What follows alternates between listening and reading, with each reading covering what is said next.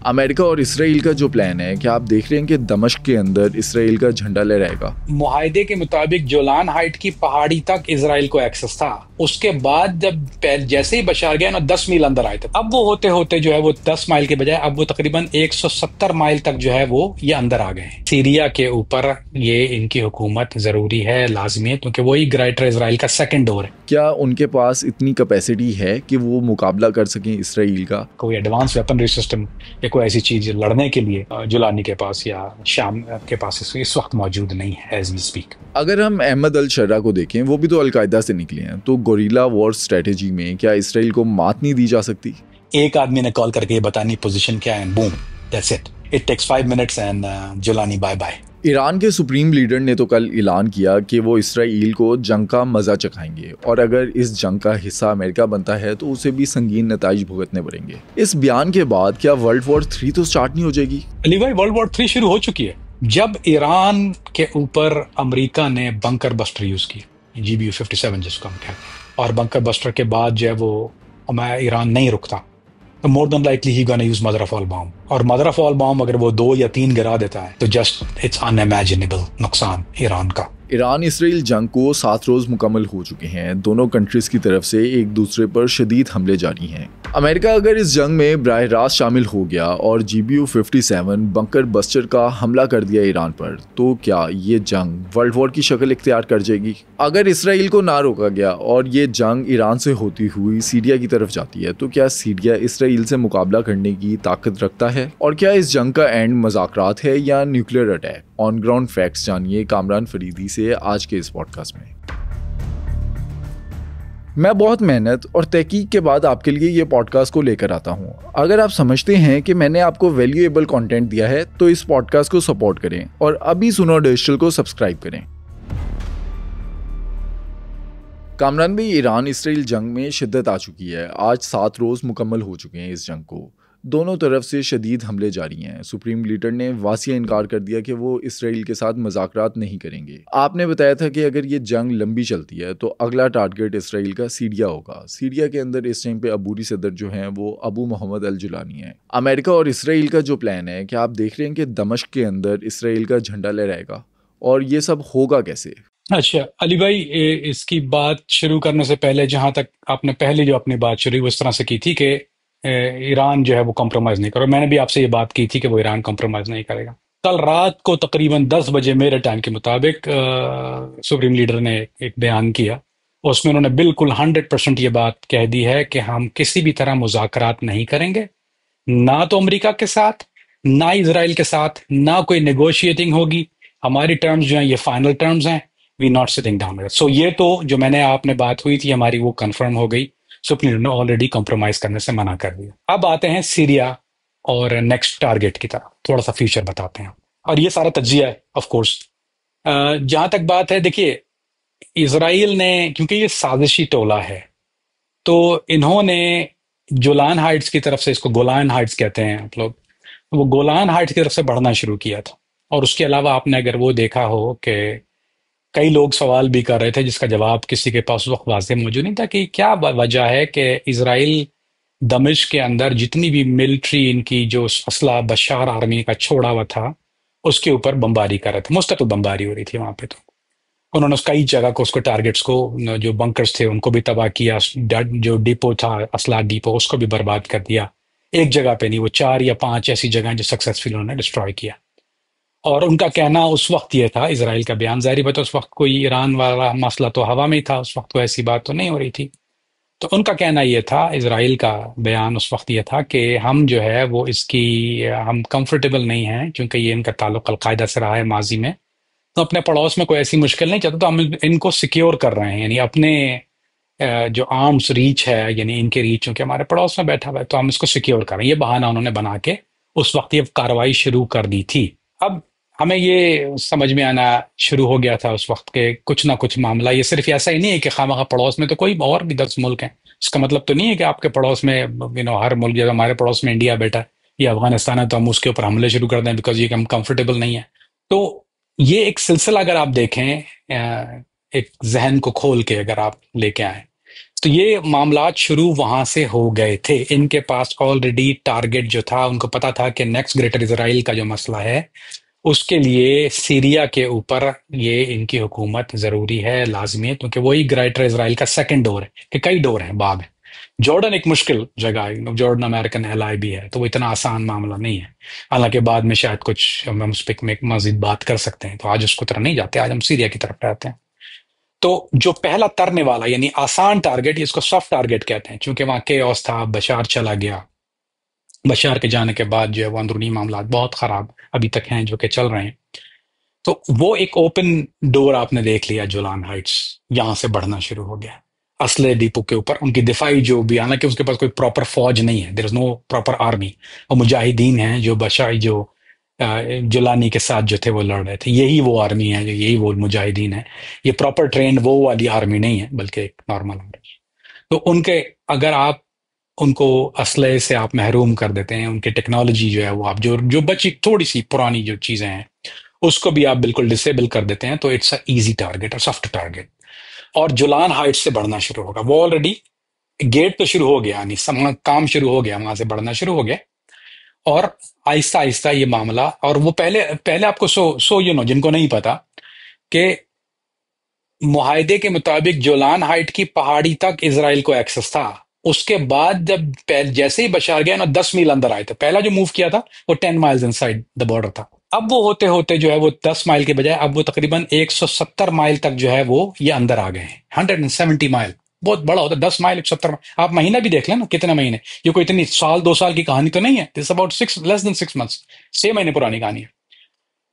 तो अब उनके लिए अगर आप जुलान हाइट से बढ़ते हैं, आर्मी किसी मुल्क के पास नहीं है, केओस है वहां पर ऑलरेडी इंटरनल। और दुरूज जो है, अभी ये भी बात रहा, याद रखिए, बहुत नाजुक पहलू है ये, कि दुरूज एक फिरका है, कौम है, जो इसराइल में भी रहते हैं और सीरिया में भी रहते हैं। तो बशार के वक्त तक उनको पनाह थी, उनको कोई प्रॉब्लम नहीं था। जुलानी के जो ये सो कॉल्ड ट्रुप है, इसने दुरूज के ऊपर हमला किया। इन्होंने कई दुरूज को जहन्नुम वासिल किया। इसराइल ने अटैक किया रिटेलिएशन में, और कहा यह कि हम अपने जो दुरूज हमारे पास रहते हैं इसराइल में, हम उनकी सॉलिडेरिटी में या उनके हक में जो है उसके रिटेलिएशन में हमने ये हमला किया सीरिया के ऊपर। तो दुरूज ऑलरेडी अंदर सीरिया में काफी स्ट्रांग मौजूद है। दुरूज, एक और पहलू भी है कि दुरूज जो पुरानी बशार आर्मी थी, इसको हम निजाम कहते हैं, अरबी में भी निजाम कहते हैं उसको, और उर्दू में निजाम आप समझते हैं, जो लोग उर्दू जानते हैं, मतलब अच्छी सलीस उर्दू जानते हैं। तो लेकिन अरबी में इसके लिए वक्त निजाम, निजाम का मतलब होता है सो कॉल्ड जो गवर्नमेंट बॉडी, उसका निजाम कहते हैं। तो दुरूज जो थे वो उस वक्त बशार आर्मी का एक बहुत बड़ा हिस्सा थे। They are very well trained, वो प्रॉपर आर्मी है, वो ट्रेंड भी है, उनके पास असला भी है, अपना असला भी है जो पुराना बशार की तरफ से दिया गया था। और अब जो वो इसराइल से सपोर्ट लेते हैं, हेल्प लेते हैं, तो वो अंदर ऑलरेडी उनके पास एक पावर मौजूद है, जिसको जब भी चाहें, वो स्लीपर सेल कह लीजिए समझाने के लिए, वो जब भी चाहें उसको एक्टिवेट कर सकते हैं। तो अगर आप आज के हालात देखें, ईरान टारगेट है, हो रहा है। नेक्स्ट थिंग इज सीरिया, और सीरिया से जुलानाइट से ऑलरेडी बढ़ना शुरू हुआ। अंदर से दुरूज जो है, ये साहिल की साइड, ये अदर साइड है, ये साहिल की साइड पर दुरूज की ज्यादा पॉपुलेशन है।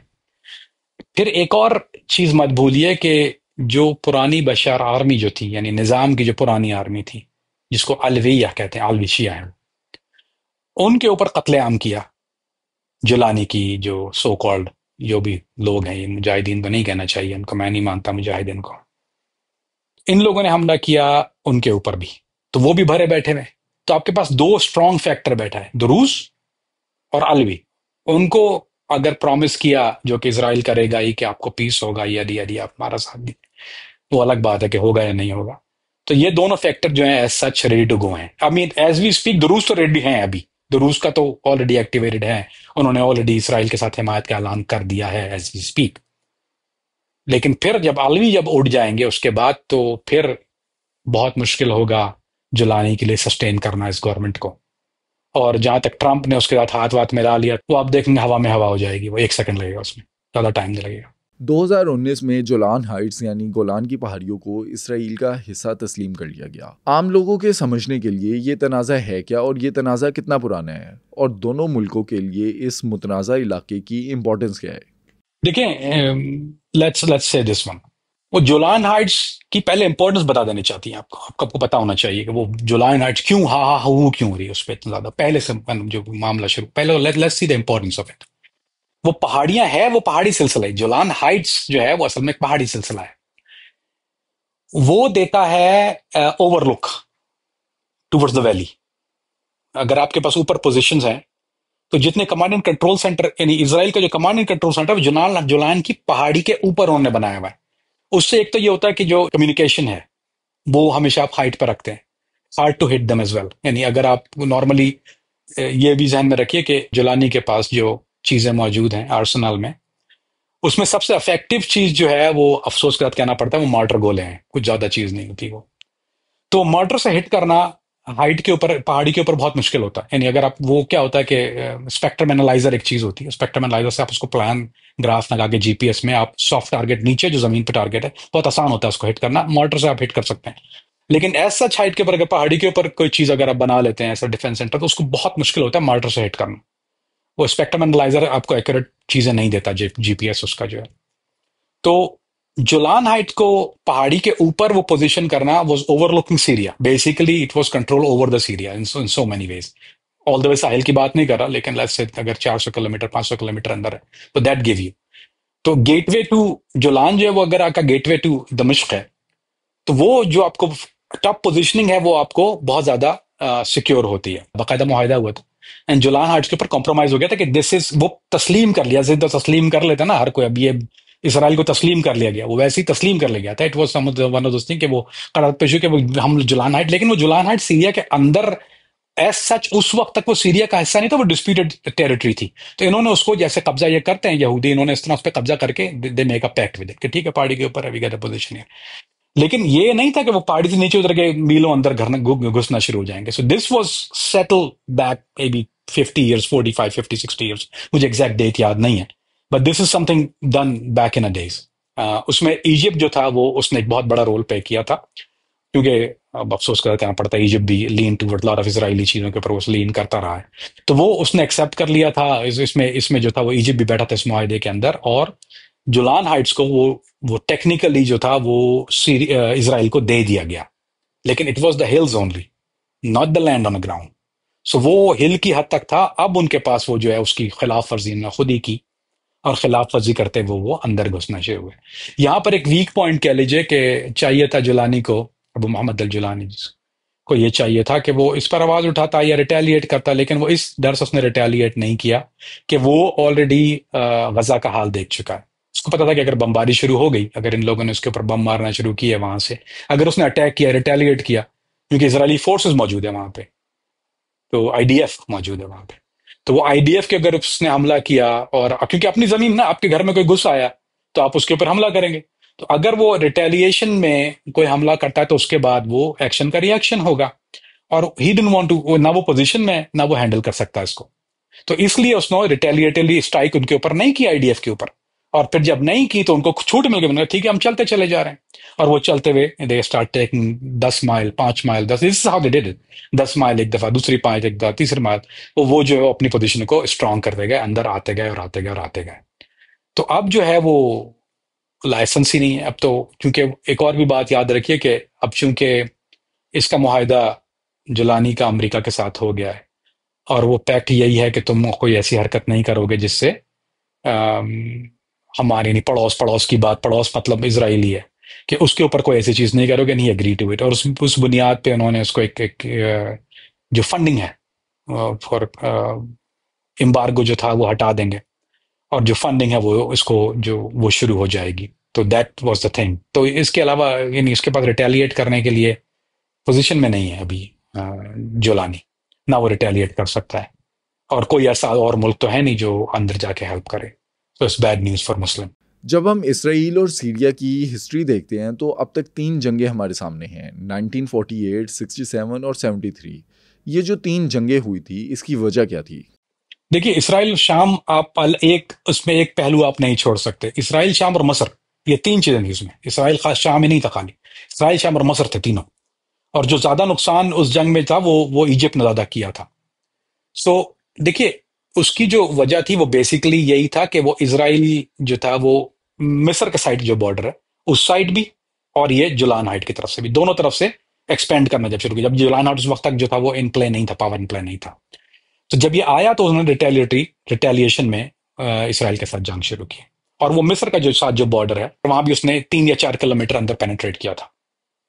ये इसकी आदत है। I mean that's what the Israeli यहूदी डू। ये बेस्ट है इन काम के अंदर, फितना करने में बेस्ट है ये। तो वो इस मसले के ऊपर ये तीन जंग शुरू हुई थी। अच्छा, उन्होंने जाहिर बात है उस वक्त जब ये जंग शुरू हुई तो उन्होंने एक पॉइंट रखा था। वो पॉइंट ये था कि ऑल्सो हम एक्सेप्ट तो करते नहीं है इसराइल को। ये भी मामला था कि हम इसराइल को एक्सेप्ट नहीं करते। तो फलस्तीन के हक में भी वो एक सो कॉल उन्होंने एक नारा लगाया था, इसराइल ये शाम ने भी और मसर ने भी, कि हम जो है वो इसराइल फलस्तीन के लिए जो है वो आवाज उठा रहे हैं और ये कर रहे हैं, although it was their borders involve in it too. तो उन देखिए, किसी के भी हक में नहीं है इसराइल का कहीं भी बैठना। इसराइल जहां भी है वो किसी भी पड़ोसी के हक में नहीं है। वो सिर्फ और सिर्फ एक एक मुल्क के मफाद में, वो अमेरिका। क्योंकि अमेरिका को एक बेस चाहिए, एक एक फितना चाहिए मुसलमानों के दरमियान। तो और कोई ऐसी जगह तो नहीं है। हालांकि ऑल्दो जॉर्डन बहुत साथ देता है या जो भी वो उसका एक मामला है, लेकिन ये कि एक जो जो चीज चाहिए वो है इसराइल। और जब इसराइल जब बीच में जब तक बैठा हुआ है तो ये जितने भी मुल्क हैं मिडल ईस्ट के, ये समझ लीजिए कि वो उसकी रेंज के ऊपर है। अमेरिका की डायरेक्ट रेंज नहीं है। क्योंकि आप देखिए, अगर लोगों को समझाने के लिए फिर मैं बताता हूँ कि कीप इन माइंड, जब पाकिस्तान को उन्होंने बेसिस क्यों बनाई थी, क्या अमेरिका के पास B-52 नहीं है? वहां से फ्लाई करके आता था, बॉम्बिंग तो कर रहा था वो। लेकिन ऑल्दो अमेरिका को बेसिस चाहिए थी पाकिस्तान में अफगानिस्तान से जंग करने के लिए, इन्होंने वहां बेसिस बनाई, एक से ज्यादा एयरबेस बनाया। फिर वो ड्रोन की जो चीज होती है, उन्होंने वो ड्रोन लॉन्च पैड जो थे उन्होंने वो बनाए वहां पे, वो भी इसी बेस से फ्लाई करते थे पाकिस्तान से ही। जैकाबाद में भी इनकी एक एयरबेस दी हुई थी, एक जैकाबाद एयरबेस भी अमेरिका के पास थी। तो you have to understand one thing, कि जब आप जंग पे जाते हैं किसी मुल्क के साथ तो you don't do long long range नहीं होता ये। You have to be short range, you have to be close proximity में होना चाहिए। क्योंकि आपको देखें, आज की जो जंग है ना अली भाई, वो सिर्फ मिसाइल और जहाजों से नहीं लड़ी जाती है, इंटेलिजेंस बेस होती हैं वो बहुत सी चीजें। ये मैं पहले भी कह चुका हूं कि बहुत जरूरी होता है कि आपके पास बहुत ज्यादा अच्छी इंटेलिजेंस और रीजन की जो है वो मूवमेंट हो आपके पास, मिनट टू मिनट। सैटेलाइट से एक हद तक कवर होता है वो, लेकिन जब आप पड़ोस में बैठे होते हैं देन योर आपका कमांड कंट्रोल से जब आप पड़ोस में बना लेते हैं तो then you control everything much easier, बहुत ज्यादा आसान होता है। Financially it's also cost effective कहते हैं उसको, कि आप कॉस्ट इफेक्टिव है। आप पड़ोस में बैठ के जो जो जो काम आप अमेरिका से कर रहे हैं, it's cost a lot of money और manpower versus you do it from the neighbouring country. So Israel जो बैठ के जो जो फितना करता है मिडल ईस्ट के अंदर, वो अमेरिका के बहुत ज्यादा मफाद में है। तो यही वजह है कि उसकी प्रेजेंस वहां पर जरूरी है।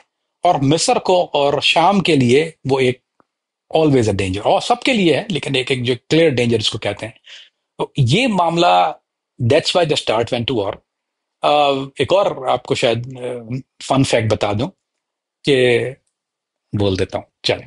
अ, उस वक्त मिस्र के लिए जो जो हेल्प की थी वो पाकिस्तान ने उस वक्त अपने बॉम्बर मिग थे उस वक्त। और वो एक जंग हुई थी बिटवीन, जब वो पाकिस्तान के जहाज उसमें इस्तेमाल, पाकिस्तानी पायलट ने हेल्प की थी उनकी। यही वजह है कि इसराइल पाकिस्तान को ज्यादा पसंद नहीं करता। ये वजह नहीं कि वो तस्लीम नहीं करता, ये वजह है कि पाकिस्तानी मिग ने वो जो डॉग फाइट इसको कहते हैं, वो डॉग फाइट जो हुई थी उसमें इसराइली जहाजों को पाकिस्तान के जहाजों ने इंटरसेप्ट किया था और उनको भगाया था। गिराने का मुझे एग्जैक्टली नहीं पता क्लेम, लेकिन ये इसराइल ने एक्सेप्ट नहीं किया। लेकिन ये फॉर श्योर न्यूज है कि पाकिस्तानी पायलट्स ने हेल्प की थी और उसमें उसको इसराइल को बहुत नुकसान हुआ था उसमें। पाकिस्तानी मिग उस वक्त उड़ाए थे। तो as such, to sum up, कि किसी भी अरब मुल्क के मफाद में नहीं है। And that's the background story of retaliation of Israel, और जिसमें आप या तो मसर भी ले लें और उसमें शाम भी ले लें। एक पहलू मैं और ऐड कर देता हूं। अगर आप हदीस की तरफ जाते हैं जिस पे हमारा ईमान है कि जो आखिरी जंगें होनी है, जिसमें वो तफसील में नहीं जाते, वो उलमा का काम है, मैं आलिम नहीं हूँ, कि ये एक वाज़ेह हदीस मौजूद है कि मुसलमानों के लिए कि जब ऐलान हो जाए तो आप सीरिया शाम की तरफ जाएं, और अगर शाम की तरफ अगर यानी रेंग के भी अगर घुटनों के बल भी जाना पड़े, और अगर शाम नहीं सकते तो यमन की तरफ जाइए। तो ये इसराइल जब कोई चीज करता है तो वो ऑल्सो हमारे स्क्रिप्चर्स को देखता है कि what we are after, what we read, what we know. उससे उसको ये पता है कि यहां पर आखिरी जंग भी होनी। तो अगर उस वो ये कहता है कि अगर मेरा कंट्रोल यहां पर हुआ, कीप इन माइंड अहले किताब है वो भी, उनको इस बात का भी अच्छी तरह अंदाजा है कि अगर यहाँ पे कोई चीज होती है, आखिरी जंग यहाँ पे होनी, तो we have to be strong है, क्योंकि जाहिर बात है पहला जो हमारा आंकड़ा होना है मुसलमान में, यानी ज़हूर मेहंदी के बाद, वो यहूदी के साथ होना है। हजर और शजर गवाही देंगे कि यहूदी पीछे कहाँ छिपा हुआ है, वो हजर और शजर गवाही देंगे। और यही वजह है कि वो जो जिस दरख्त की निशानदेही की गई है कि वो जिस जो एक खास किस्म का दरख्त है, मुझे नाम नहीं याद है का, जो गवाही देगा कि यहूदी पीछे छुपा हुआ है, तो वो यहूद जो है वो उस दरख्त को बहुत ज्यादा लगाते हैं। They do grow that tree a lot, क्योंकि उनको पता है कि पीछे जो है ये शजर जो है ये गवाही देगा कि हमारे पीछे यहूदी छुपा। तो ये स्क्रिप्चर को हमारे रीड करते हैं, they are very smart in what they do. ये क्रिश्चियनों की तरह नहीं है। अमेरिका जो है वो इस पे सच्ची में बिलीव नहीं करता, वो look at a different way. लेकिन यहूदी जो है वो, जैसे अभी भी सिंबल की बात करें तो वो शेर का symbol, lion and tree will never back down, वो सारी चीजें स्क्रिप्चर से लेते हैं। वो अपनी किताब से भी लेते हैं और हमारी किताब कुरान से भी वो इस चीज को बहुत मॉनिटर करते हैं। उनके पास एक निज़ाम मौजूद है, उसको रीड भी करता है, हमारे उलमा को सुनता भी है, और उस चीज में वो तैयारी भी रखते हैं। अल्लाह ना करे कि ये जंग शाम तक फैले, लेकिन अगर ये जंग सीरिया तक जाती है तो इस टाइम पे जो अबूरी सदर हैं, अबू मोहम्मद अल जुलानी, अहमद अल शर्रा, क्या उनके पास इतनी कैपेसिटी है कि वो मुकाबला कर सकें इसराइल का? अगर ऑन ग्राउंड हम देखें, उनके पास वेपन टेक्नोलॉजी क्या है और वॉर इक्विपमेंट क्या है? जो भी है वो बशार आर्मी का निजाम का छोड़े हुई चीज है, वो वही लेफ्ट ओवर चीज है। उसमें से काफी तो आइस दाइश ने बर्बाद कर दिए थे, they took over lot of it. उन्होंने बहुत सी चीजें ले ली थी, उनको भी तबाह भी किया उन्होंने। यानी लेट्स से कि 60% अगर एक मोहतात अंदाजे के मुताबिक कहा जाए, तो 60% जो था वो आई दाइश ने उसको बर्बाद कर दिए थे, डिपो को उन्होंने कब्जा भी किया था, बहुत सी चीजें जो उनके काम की थी वो ले ली थी। ये लोग जो बशार आर्मी के पास कोई ऐसा सच एडवांस वेपनरी मौजूद नहीं थी।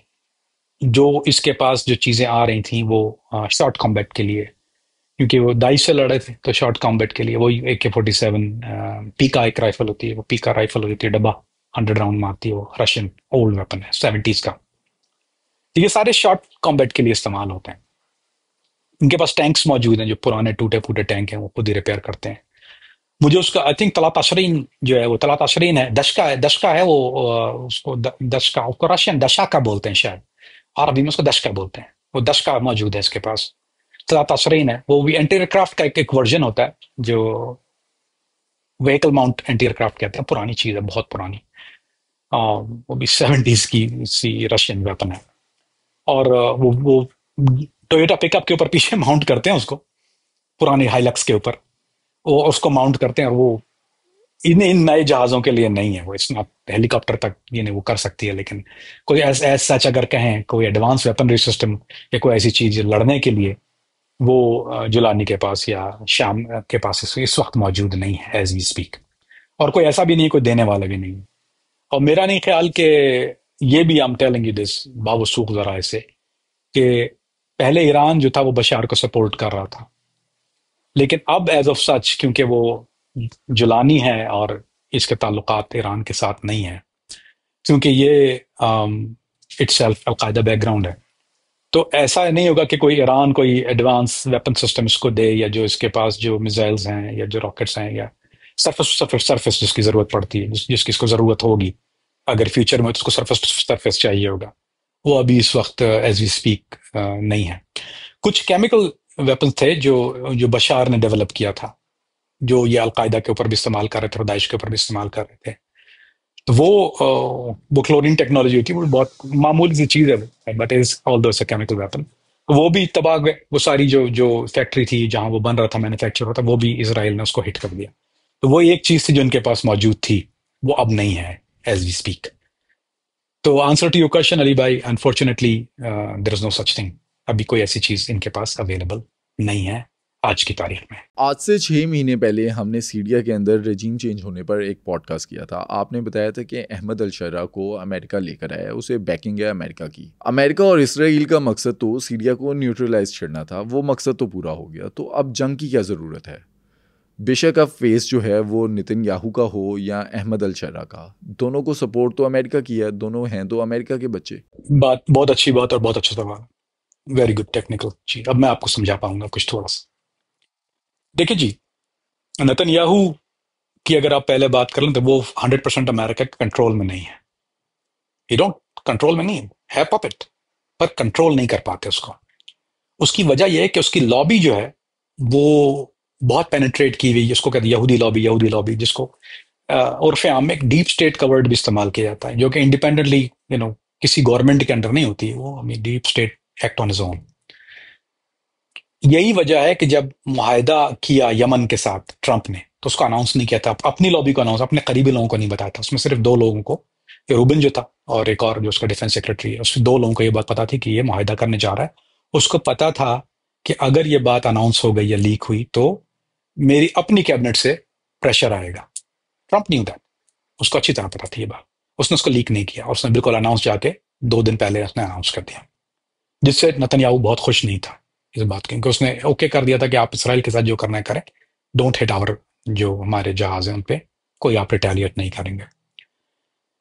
तो वो कीप इन माइंड, कंट्रोल नहीं होता। दिस इज समथिंग टेम्परेरी चीज। ये कंट्रोल जो है ये बहुत टेम्परेरी चीज होती है। कंट्रोल एक हद तक होता है। कंट्रोल जब आप करते हैं, यानी आप ह्यूमन को कंट्रोल करना बहुत, कोई कोई भी श्योर शॉट इंटेलिजेंस वर्ल्ड की बात कर रहा हूं मैं आपको। जब आप ये नहीं कह सकते कि he is in our control.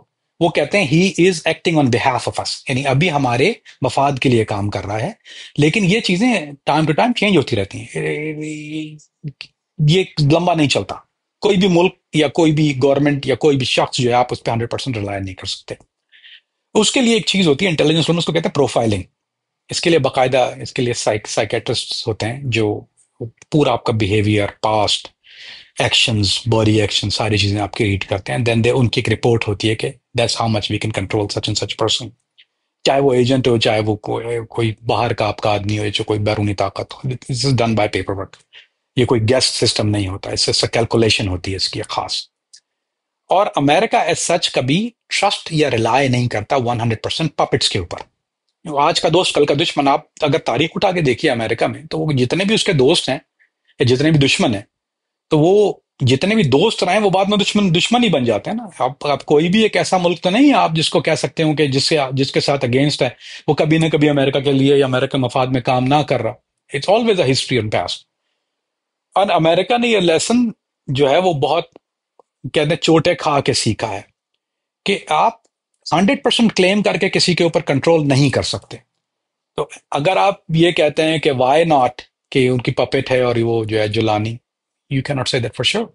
आज तो है, अगर कल कोई हालात ऐसे बदले, उसको कहीं और सपोर्ट मिल गई, रशिया आ गया बीच में, चाइना ने सपोर्ट करना शुरू किया, जो कि अभी पिक्चर में नहीं है एज वी स्पीक, लेकिन there is always a possibility कि there is always somebody else out there जो आपको बेटर चीज प्रोवाइड करता है। I tell you one thing, मैं पूरे वसूख के साथ ही आपको बात कहता हूँ। अमेरिका की दोस्ती से रशिया की दोस्ती 1000 बेहतर है। हाँ, दोनों डेवल है। You shake hand with one devil, you shake hand with the devil. दोनों शैतान है। It's not that they never your friends. उनके अपने मफाद होते हैं। हर मुल्क का होता है। Why would be unconditional? तो कोई चीज नहीं होती, हर एक की कंडीशंस होती हैं। अभी कॉलोनाइज की तरफ जा रही है दुनिया। चाइना अपनी कॉलोनीज बना रहा है। अगर आप देखें तो ये पूरा जितना एशिया जो था, वो एशिया को जहां पहले चाइना पेनिट्रेट नहीं किया था, चाहे वो मलेशिया हो गया, चाहे वो इंडोनेशिया हो गया, ये ऐसे ममालिक थे, लाओस हो गया और वियतनाम हो गया, या अमेरिका, चाइना की बिजनेस थे लेकिन वो कॉलोनाइज नहीं था। अब चाइना उसको कॉलोनाइज कर रहा है। सो this is how the world is going. Same thing with Africa. Africa में जितना भी अगर आप देखें अभी ममालिक, जो वेस्ट अफ्रीका ले लें, तो रशिया वहां पे बहुत ज्यादा कॉलोनाइज कर रहा है। They are taking over along with China. ये साथ में कोलैब हो रहा है। I was there. तो अब आपको वहां चाइनीज कॉन्ट्रैक्ट्स मिल जाते हैं। They are construction contracts. The economy is getting better. लेकिन बात का मकसद ये है अली भाई कि जब आप अमेरिका से हाथ दोस्ती में करते हैं तो वो आपको टेक्नोलॉजी एज ऑफ सच नहीं देता। वो आपको फिर भी अपने अंडर द थंब रखता है। लेकिन रशिया जो है वो आपको ट्रीट लिटिल बिट बेटर। ये दो शैतान हैं लो हायर डेवल और छोटा शैतान या बड़ा शैतान। तो अगर आप दुनिया में देखें तो जिसने भी, जैसे रशिया ने जब भी साथ दिया, एंड ऑल्दो यू नो देता है वो, तो he treats you bit better. So tomorrow there is a possibility कि वो बेटर ऑफर दे। और जुलानी ऑलरेडी फॉर सेल है ना, ये तो गद्दार ही है, इसकी तो तबीयत में मतलब गद्दारी है, ये तो आया ही अलकायदा के साथ था, ये तो था ही अलकायदा का बच्चा। Everything was him about al Qaeda, he was nobody before al Qaeda के किसी ने जुलानी का नाम तो नहीं सुना था। तो ये भी अमेरिकन को पता है कि एक होता है टोटल कंट्रोल और एक होता है पार्शियल कंट्रोल।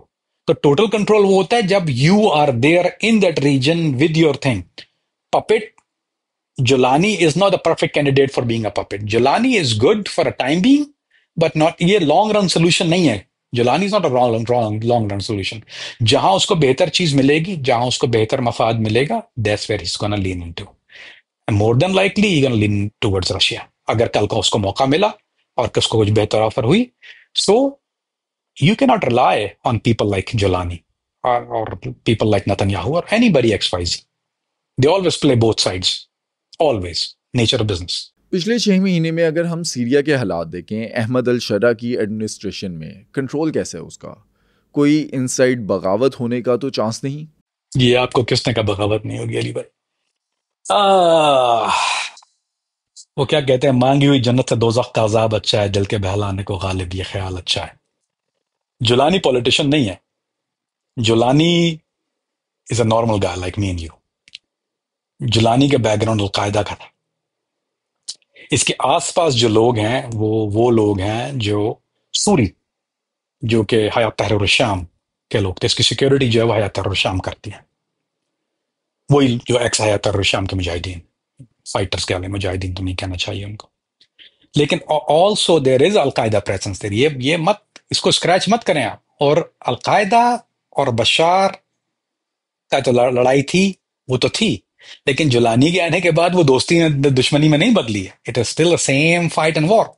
अलकायदा खामोश शरीफ इस वजह से, वो जो मसरी फाइटर जो माइग्रेट करके गए थे, जो महाजरीन थे, उसका एक ब्रिगेड का नाम था, अल महाजरून ब्रिगेड नाम था उनका। अभी वो नाम काम कर रहे हैं, एक ऑर्गेनाइजेशन बनाई है उन्होंने, उसका नाम है हरासुद्दीन। हरासुद्दीन अभी सीरिया में ऑपरेट कर रही है एज इज, बट उनका एक पैक्ट है जुलानी के साथ कि वो इसके साथ कोई ऐसी चीज नहीं करेंगे, उनके मफाद में भी नहीं है। कीप इन माइंड ये वो लोग हैं जिनके पास जाने को कोई जगह नहीं है, they don't have any place to go. वो वहीं शहीद होने ही आए थे। तो वो बड़ी अच्छी एक बड़ी तादाद में मौजूद है वहां पर। उसमें कुछ अल्जेरियन है, कुछ चेचनियन है, और सबसे बड़ी तादाद जो है उसमें मसरियों की है, इजिप्शियंस की है। ये बात ये नहीं कह सकते आप वसूख से कि अंदर से बगावत नहीं होगी। There is always somebody who is in there. एक मैं अभी नहीं बोल सकता वो, लेकिन I have a very good friend जो कि मौजूद है वहां पर। तो ये कहना बहुत गलत होगा कि बगावत नहीं हो सकती, और उस बगावत की जरूरत भी नहीं है। He is a very soft and easy target, उसको हिट करना कोई इतना मुश्किल नहीं है। He could have been easily hit. वो सिर्फ इस वजह से है कि मौजूद है कि वो हिट नहीं करना चाह रहा है। When they want to hit him they will easily hit. It's not gonna be मेरा, just to give you an idea, Iran के सुप्रीम लीडर को हिट करना ज्यादा मुश्किल है। अहमद अल जुलानी को हिट करना इतना ही आसान है कि गधे को जैकमाबाद में खड़े हुए गधे गाड़ी वाले को मार देना। That's how simple it is. There is no intel, there is no intelligence, there is no intelligence base, any information. They don't have any equipment, they don't have any interceptors, they don't have anything. It's very simple. एक आदमी ने call करके ये बतानी position क्या है, and boom, that's it. It takes 5 minutes and Jilani bye bye. जब हम अलकायदा या तालिबान को देखते हैं गोरिल्ला वॉर के अंदर, वो तो एक्सपर्ट हैं। 20 साल उन्होंने यूएस फोर्सेस का मुकाबला किया और यूएस फोर्सेस को वहां से भगा दिया। अगर हम अहमद अल शरा को देखें, वो भी तो अलकायदा से निकले हैं। तो गोरिल्ला वॉर स्ट्रेटेजी में क्या इसराइल को मात नहीं दी जा सकती? अली भाई, let me correct you on one thing. आपने कहा अमेरिका को भगा दिया, अमेरिका को नहीं भगाया उन्होंने। अमेरिका खुद गया, इसलिए गया कि अमेरिका के लिए फाइनेंशियली बेनिफिशियल वॉर नहीं थी। There was no such thing, oil नहीं है, कुछ नहीं है।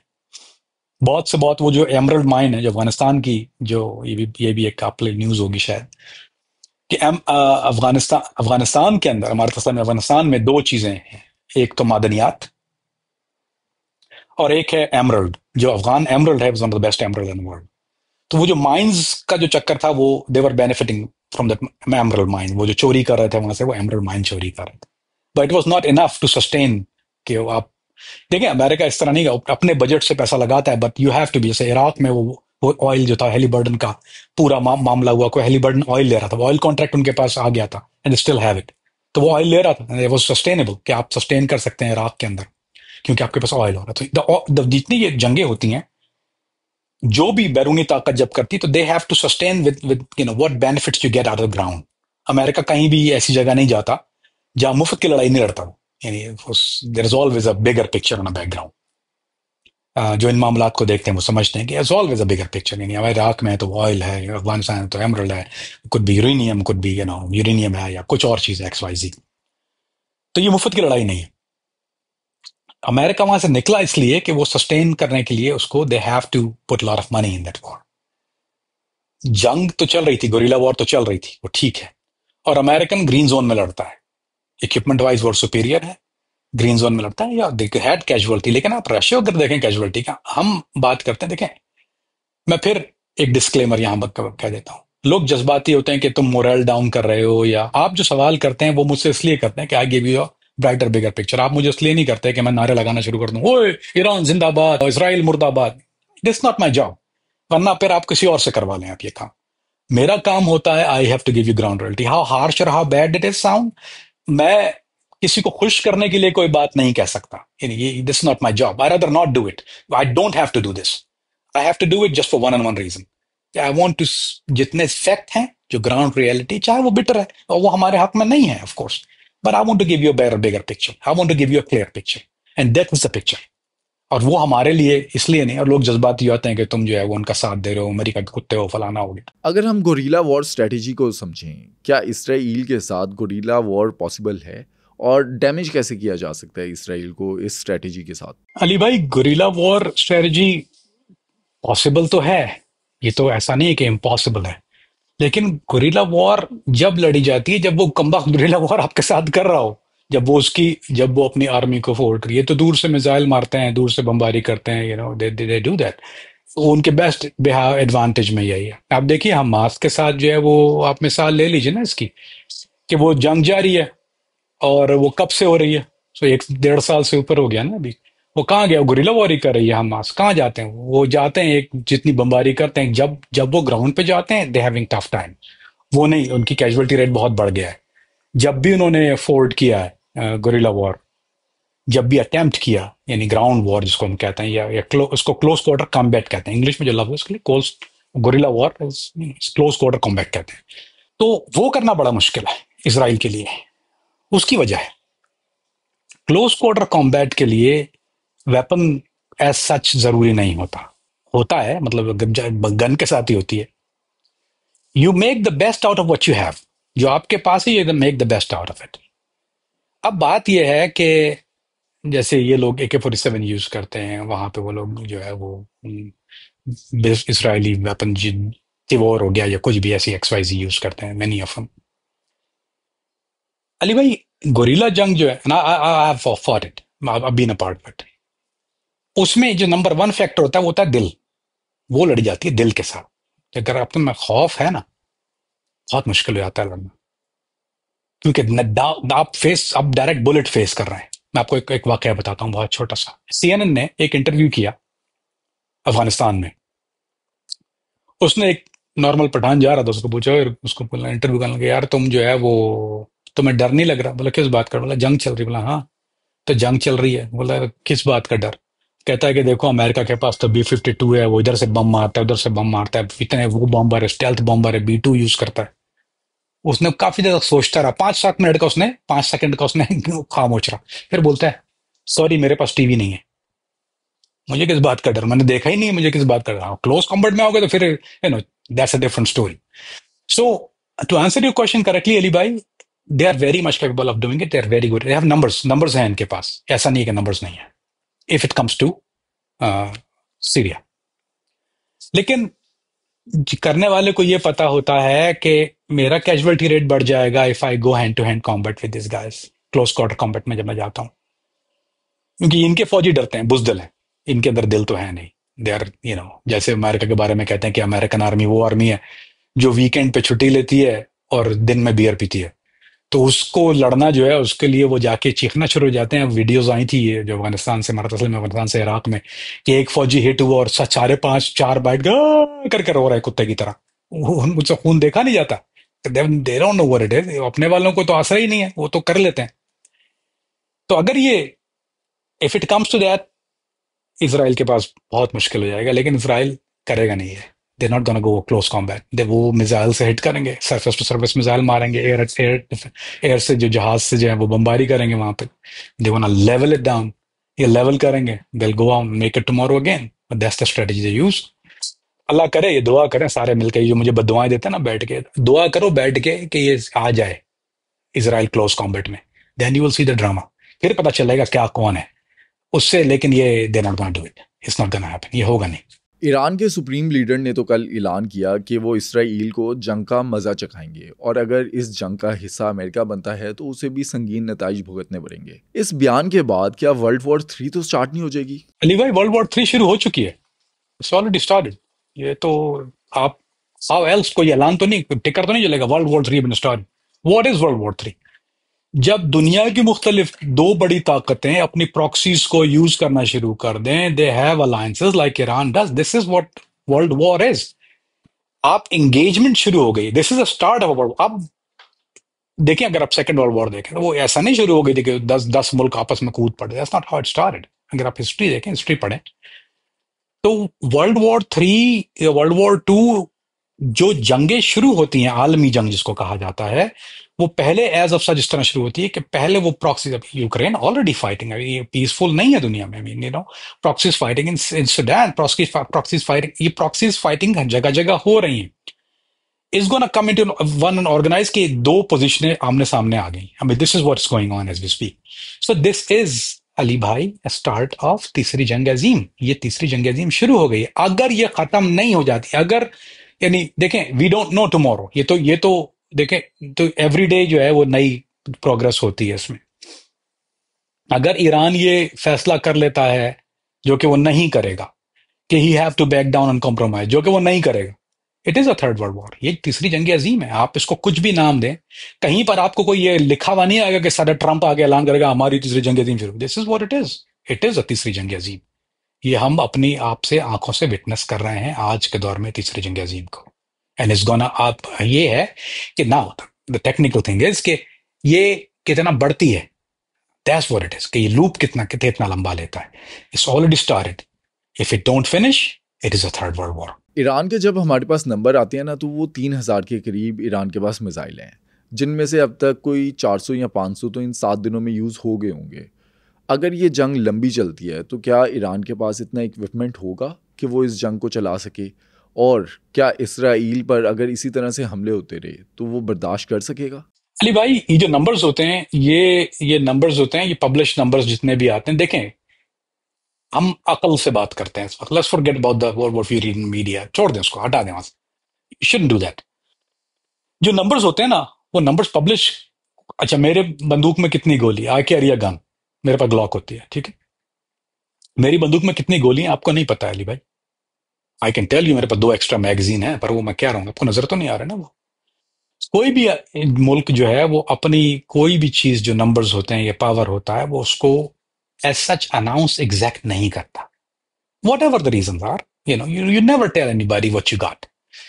हम जो जंगें देखते हैं, जो माजी में भी हुई हैं, जिसमें नुकसान का अंदाजा जो आपको लगा जाता है, वो जंग के बाद होता है, जंग से पहले नहीं होता। तो ये जो नंबर्स पब्लिश होते हैं, इसको आप इक्वेशन में नहीं ले सकते। ये ग्राउंड नहीं होता आपका कि what numbers you have, we don't know what they got as of, जो उन्होंने ऐलान कर दिया है, let's hope what they have. But मेरा जहां तक ख्याल है और जहां तक मेरी मालूमात हैं, इट्स मोर देन 3000। इनके नंबर्स जो हैं वो 3000 से बहुत ज्यादा हैं। और कीप इन माइंड कि आप सिर्फ ईरान को इस जंग में ना देखिए, आप इसको यमन को भी देखिए और आप हिजबुल्लाह को भी देखिए। मैं लेबनान इसलिए नहीं कहता कि लेबनान हिजबुल्लाह नहीं है, यानी Lebanon itself is own entity, और हिजबुल्लाह जो है वो एक अलग एंटिटी है, जो कि it's a big part of Lebanon. तो अगर आप काउंट करना शुरू करें, so you can not count what they got. ये एक ऐसी चीज नहीं है ऑफ सच। जब यमन से शुरू होंगे मिसाइल आना, और इंशाल्लाह आप उसको जल्द देखेंगे। तो उसके बाद थोड़ा सा नक्शा चेंज होगा जंग का। It's not gonna be the same as you see now. It's gonna be more destruction in Israel. Supreme leader ने यह भी ऐलान किया कि we gonna give them a lesson, हम उसको एक सबक सिखाएंगे जो तारीख में याद रखा जाएगा, तारीख में याद रखा जाएगा। Supreme leader, I can guarantee you that he is not a kind of person, वो he is not a politician, he is not Trump. ये लोग जब बात करते हैं ना अली भाई, तो they speak with some kind of thing they have in mind, ये कुछ इन्होंने कर लिया होता है। We don't know what to come, we don't have no idea what to come, there something gonna come. Sustain अगर अगर हम 3000 का नंबर लेके चलते हैं, then just say for sake of argument या सेक ऑफ डिबेट कि हम ये 3000 का नंबर ले लेते हैं, जिसमें से कहेंगे 400 नहीं, उसने 1000 यूज कर दिए। 3000 का नंबर लेके हम कहते हैं 1000 यूज कर दिए। That 2000 can change this war. वो क्या है कि वो अगर आप कंटिन्यूसली 2000 मिसाइल या 500 मिसाइल या 100 मिसाइल अगर आपने डिसाइड कर लिया, and you launching it back to back to back to back to back, अगर आपने वो लॉन्च करना शुरू कर दिया, द सिस्टम गोना फेल। चाहे वो एरो 1 एरो 2 हो, चाहे वो डेविड स्लिंग हो, चाहे वो आयरन डोम हो, they gonna fail. It's gonna trip, it's gonna be a problem. कोई चीज जो है वो श्योर शॉट नहीं है यहाँ पर। तो दैट विल चेंज, ये जंग का नक्शा चेंज हो जाएगा। लेकिन फिर उसके बाद वही बात है ना, रिटेलिएशन क्या होगी उसके बाद, दैट्स गोना बी इशू। लेकिन सस्टेन करना ईरान के लिए इज वेरी डिफिकल्ट। जो ग्राउंड रियलिटी है, जो हम पढ़ रहे हैं, जो हमने देखा है या माजी से सीखा है, कि ईरान के लिए उसको सस्टेन करना एक डिफिकल्ट चीज है। But if they sustain, Israel के लिए वो not gonna be a walk in a park. दोबारा बिल्ड करना पड़ेगा उसको इसराइल, अगर वो रह पाया तो। कल के दिन ना हमारे सामने एक न्यूज़ आती है कि ट्रंप के सामने प्लान रखा गया ईरान पर हमला करने का, जिसे उसने अप्रूव कर दिया, लेकिन अभी इजाज़त नहीं दी, हुक्म नहीं दिया कि ईरान पर वो हमला करेगा। 2 हफ्ते का टाइम लिया है जिसमें वो डिसाइड करेंगे कि अमेरिका इसराइल के साथ इस जंग में बराह रास्त शामिल होगा या नहीं। इससे पहले हमने ये भी देखा कि अमेरिका के 30 के करीब जो जंगी तैयारियाँ हैं वो मिडिल ईस्ट पहुँच चुके हैं। कोई 55,000 के करीब फ़ौजी भी मिडिल ईस्ट में हैं अमेरिका के। अगर अमेरिका इसराइल के साथ मिलकर इस जंग में बराह रास्त शामिल हो जाता है, तो इस जंग का फ्यूचर क्या देख रहे हैं आप? अली भाई, उसके लिए हमें एक चीज सबसे पहले देखनी पड़ेगी कि अमेरिका एंटर कब होगा, ऑफिशियली एंटर कब होगी। अब ये तो बिठा दी, हमेशा बिठा देता है लाके। This is called peer pressure, कहते हैं उसको। वॉर स्ट्रेटजी पीयर प्रेशर से होती है। तो पीयर प्रेशर तो उसने दिखा दिया कि हम गेटिंग प्रिपेयर्ड, हम गोना डू दिस, बब की है अभी। जब ईरान के ऊपर अमेरिका ने बंकर बस्टर यूज किया, GBU-57 जिसको हम कहते हैं, जब वो बंकर बस्टर यूज किया, तो वो जंग की इब्तदा हो जाएगी डायरेक्टली अमेरिका के आने से। That's the when it's gonna start. Let's talk about bunker buster for a minute. हम ये समझते हैं, ये कहते हैं कि बंकर बस्टर खाली अमेरिका के पास है। That is true, but partially true. There is also 2 other bunker busters. Bunker buster कई तरह के होते हैं। अमेरिका के पास जो है वो GBU-57 है। और G-57 का मसला ये है कि वो पेनिट्रेट करता है 200 फीट जमीन के अंदर, 200 feet inside the ground, precise होता है। जो उसको कैरी करता है कैरियर, वो एक ही कैरियर उसको कैरी कर सकता है, ज्यादा नहीं करता, क्योंकि इसका वजन बहुत ज्यादा है। 30,000 पाउंड वेट होता है इसका। बंकर बस्टर 57 का जो वेट है वो 30,000 पाउंड है। तो हर एयरक्राफ्ट कैरियर उसको कैरी नहीं कर सकता। उसको कैरी करने के लिए उसको B-2 स्टेल्थ बॉम्बर चाहिए होता है। B-2 जो फ्लाई करता है वो 5,000 फीट एल्टीट्यूड से करता है। उसका 50,000 एल्टीट्यूड होता है, 50,000 फीट की बुलंदी से वो फ्लाई करता है। लेकिन उसका एक डाउन साइड है। डाउन साइड ये कि वो लॉन्ग रेंज नहीं होता। यानी वो ये नहीं है कि वो अमेरिका से फ्लाई करे, और वो B-52 है। वो B-52 जो अमेरिका से डायरेक्ट फ्लाइट करके ईरान का रीच करता है, they can hit. They can not hit with B-2 जो है वो लॉन्ग रेंज नहीं करता। हालांकि उसका एयर रिफ्यूलिंग सिस्टम है, लेकिन वो इतना एक्यूरेट नहीं है। They don't try not to do with air refuelling system, उसका इस्तेमाल नहीं करते हैं। तो उनको एक पड़ोस के मुल्क में, यूं आप उंगली घुमा रहा हूं मैं, एक पास में बेस चाहिए, और वो बेस जो है उसको मोर देन लाइकली है उसके पास। So they use the B-2 to use the G. वो जो भी हो रहा है वो इसलिए हो रहा है कि वो 200 फीट जब मारेगा बंकर बस्टर को, वो पेनिट्रेट कर जाएगा फिर ईरान के रिएक्टर के ऊपर। ठीक है। अभी जो हमला आपने कभी आजकल में न्यूज में अगर आप देख रहे हैं, तो वो कह रहा है कि ईरान की न्यूक्लियर जो उस पर हमला हुआ है, वो बेसिकली इन्होंने यूज किया था, वो GBU-28 है, वो इसराइल के पास है। लेकिन उसकी जो जो रेंज है, यानी जो वो जितना पेनिट्रेट करता है, वो 16 से 20 फीट रेंज होती है, लेकिन 16 फीट जाता नहीं है वो कभी भी। वो वेरी करता है ग्राउंड के ऊपर भी, कि वो ग्राउंड की हार्डनेस कितनी है, वो क्या है। तो वो यानी अप्रोक्सीमेट, अगर सॉफ्ट ग्राउंड है तो वो 16 से 20 फीट तक उसकी पेनिट्रेशन होती है। That's GBU-28। वो इसराइल के पास मौजूद, जिसने अभी, जिसको उसने हिट किया, वो हार्ड वाटर प्लांट है, वो न्यूक्लियर प्लांट का हिस्सा होता है, हार्ड वाटर प्लांट।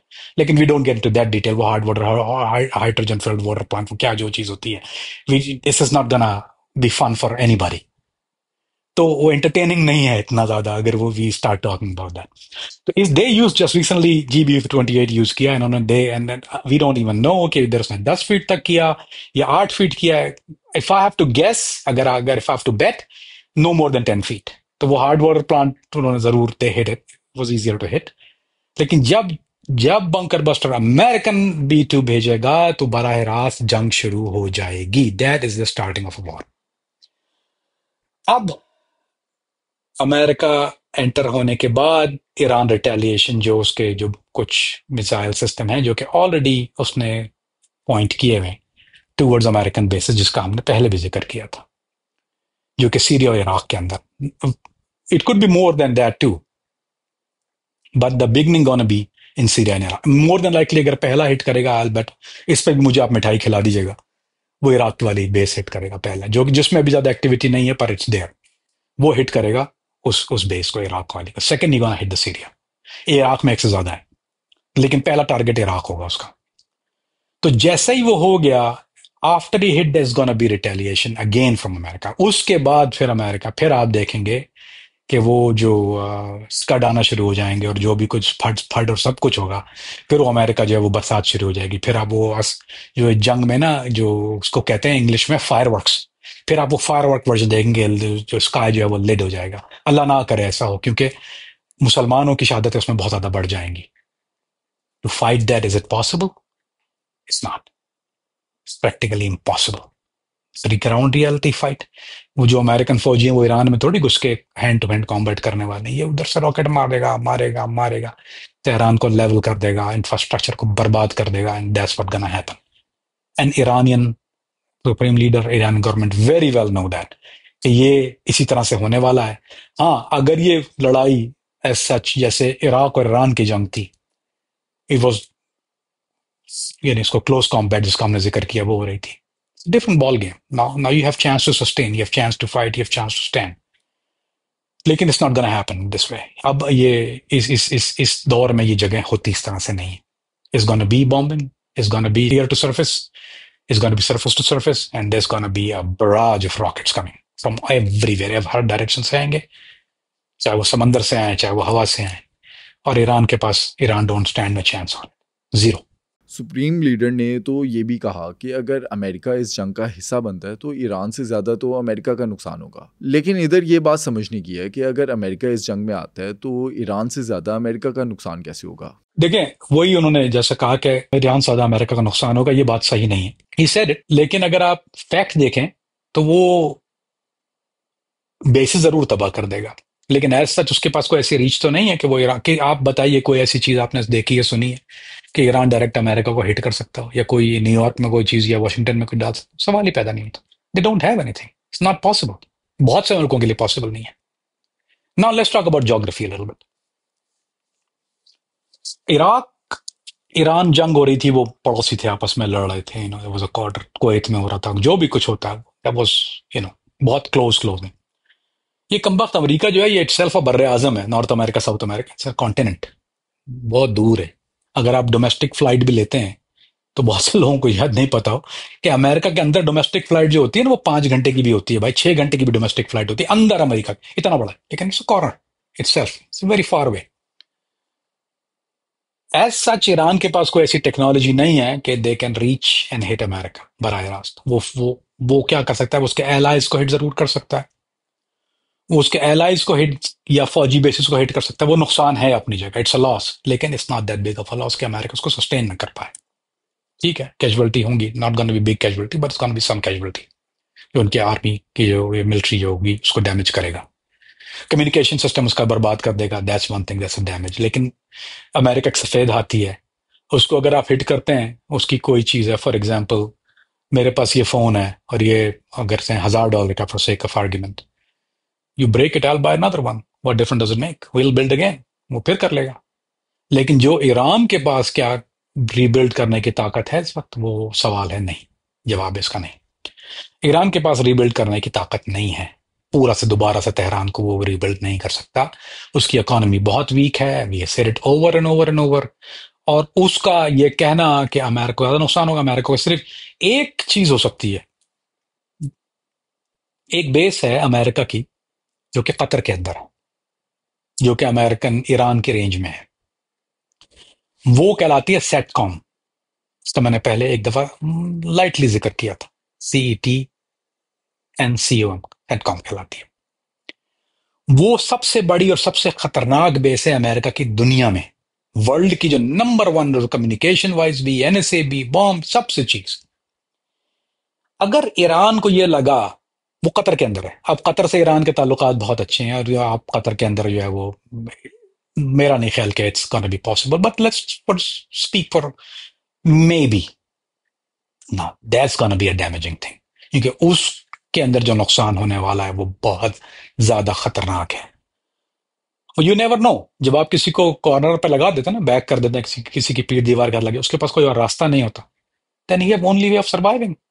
तो अगर वो हिट किया तो there be something, but that's highly unlikely. ये मोर देन लाइकली जो हिट करेगा वो करेगा अमेरिकन बेसिस को सीरिया और इराक के अंदर, और एयरक्राफ्ट कैरियर को यमन से जो एयरक्राफ्ट कैरियर है, although they have a pact, लेकिन ये कि वो ब्रीच करेगा कॉन्ट्रैक्ट को।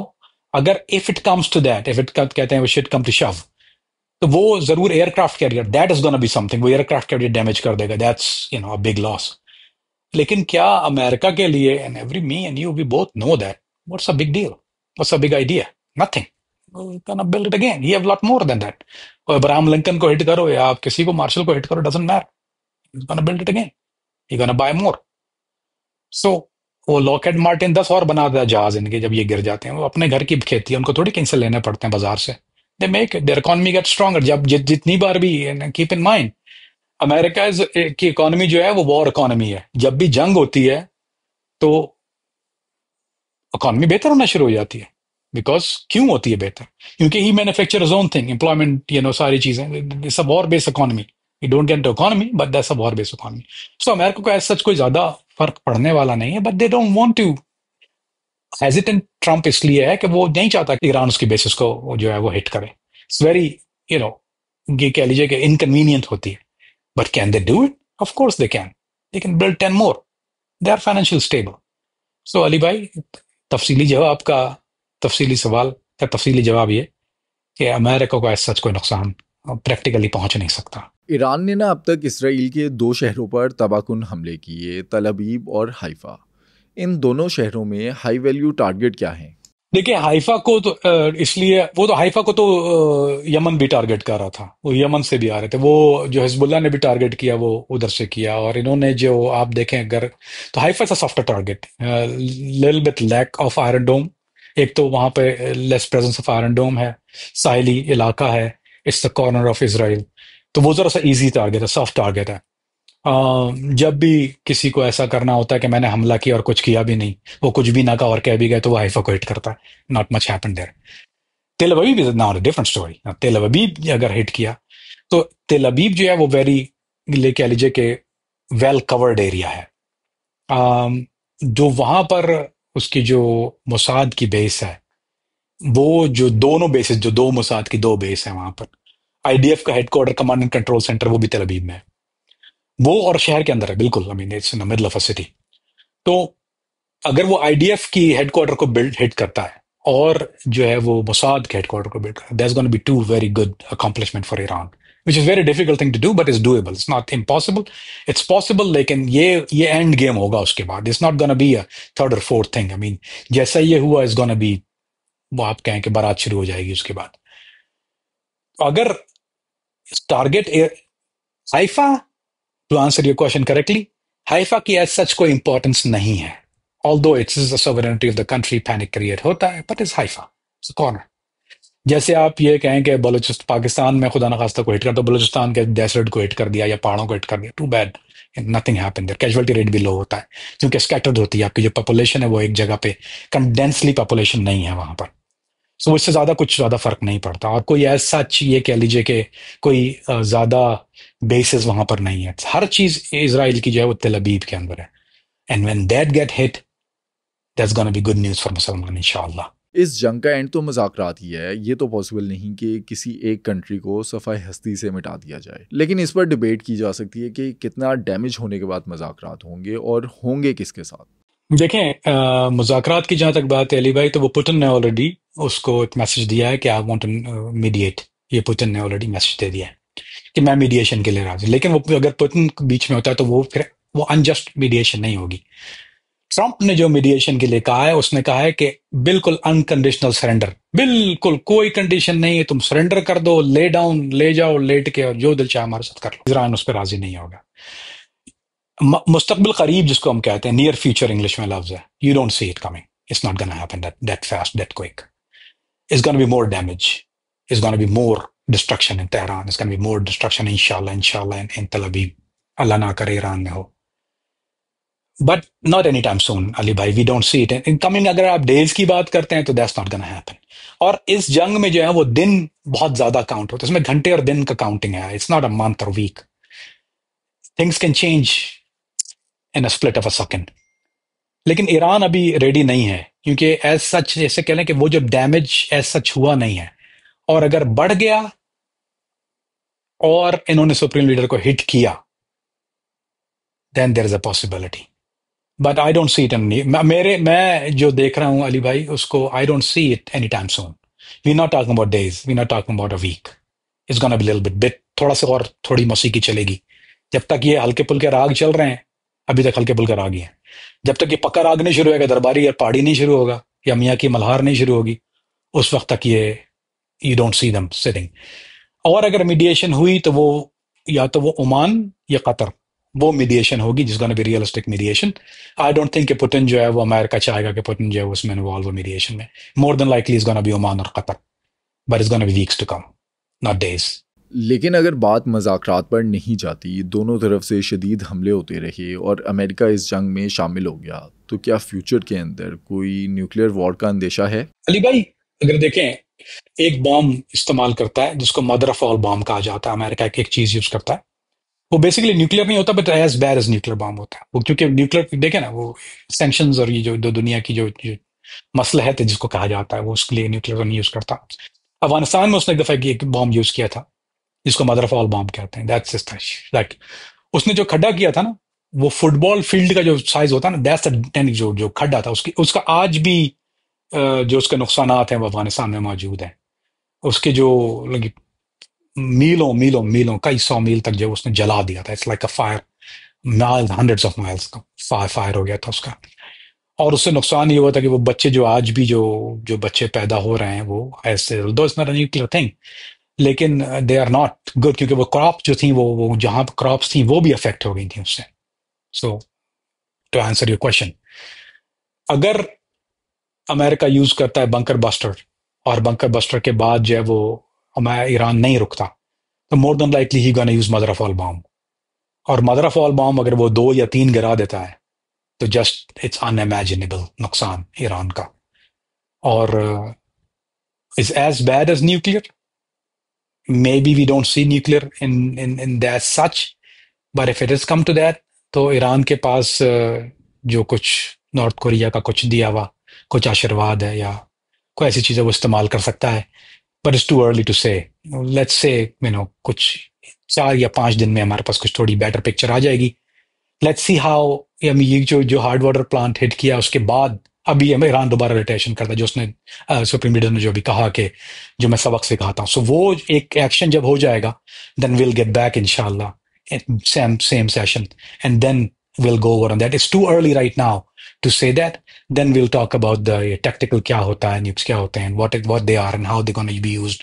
एंड वो नॉर्थ कोरिया से या अगर रशिया से कोई चीज ऐसी मिल जाती जो बैक एंड पे मिलती है, एंड क्योंकि पुतिन जो है वो कुछ खुश नहीं है, सारी बात है, अमेरिका के साथ उसकी रंजिश जो है वो चल रही है। So if it comes to that, It might be a possibility. It's too early to say right now. Let's sit back again. Let's discuss it after the Iran retaliation. And it's going to be a better picture, inshallah. Iran Israel जंग में कोई भी country जीते, लेकिन नुकसान तो इंसानियत का होगा। हम सबको दुआ करनी चाहिए कि इस जंग का खात्मा मुज़ाकरात पर हो जाए।